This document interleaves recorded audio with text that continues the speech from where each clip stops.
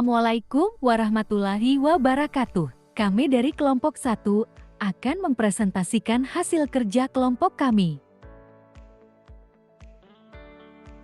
Pentingnya mempelajari teori organisasi. Pendahuluan. Pentingnya mempelajari teori organisasi. Organisasi merupakan alat manusia untuk mengorganisasi pekerjaan sehingga manusia tidak dapat mengabaikan keberadaan organisasi. Dengan adanya organisasi, pekerjaan dapat dilaksanakan dengan efektif dan efisien. Oleh karena itu, pengetahuan tentang organisasi adalah penting bagi orang-orang yang menaruh perhatian pada organisasi. Karena organisasi bukanlah suatu entitas tunggal, tetapi sebuah sistem yang berkaitan erat dengan lingkungan. Perlunya mempelajari teori organisasi. Organisasi itu sangat penting keberadaannya. Dari kita lahir sampai mati pun, kita akan selalu berurusan dengan organisasi. Dengan demikian, betapa pentingnya organisasi dalam kehidupan manusia. Organisasi mempertemukan kepentingan orang banyak. Berbagai kepentingan dapat dikoordinir. Pengertian organisasi. Pengertian organisasi.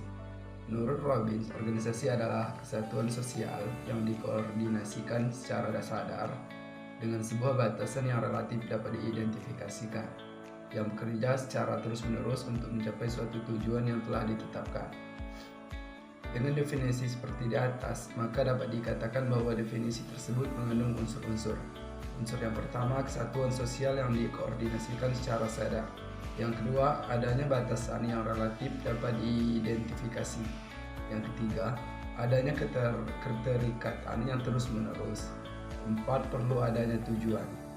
Komponen dasar organisasi. Menurut Hodge dan Anthony, komponen-komponen tersebut antara lain 1. Batas dan lingkungan organisasi. Posisi organisasi harus membuat penyesuaian dengan kondisi lingkungan. Lingkungan organisasi mengarah kepada semua kelompok, norma, dan kondisi langsung maupun tidak langsung. Dengan demikian, kehidupan organisasi dipengaruhi oleh kemampuannya dalam menyerap situasi dan kondisi lingkungan sebagai masukan atau input untuk pembuatan keputusan dan kemudian akan menghasilkan keluaran atau output yang akan didistribusikan langsung ke dalam lingkungan organisasi. 2. Pemilihan dan pengolahan informasi. Tidak semua informasi dari lingkungan berguna untuk mengambil suatu keputusan di dalam organisasi. Informasi harus dibaca, dipilih, dan dicermati atas informasi yang relevan di dalam suatu organisasi. 3. Adaptasi dan perubahan.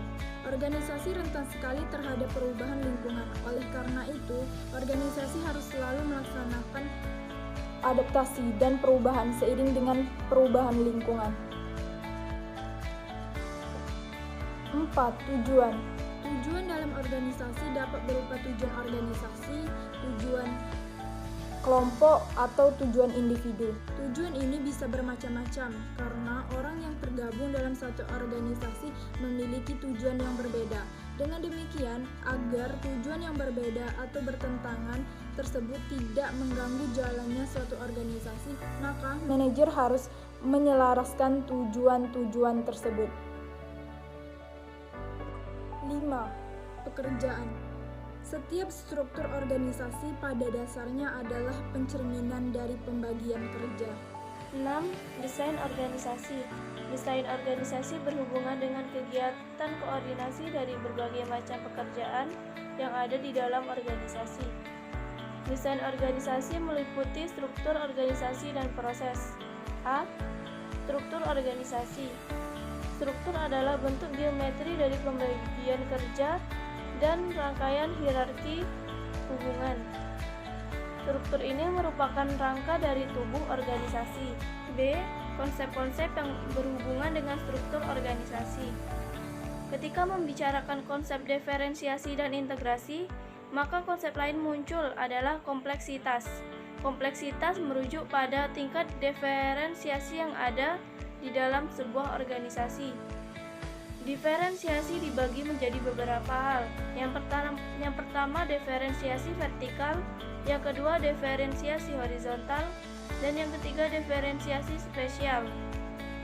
7. Ukuran dan kompleksitas.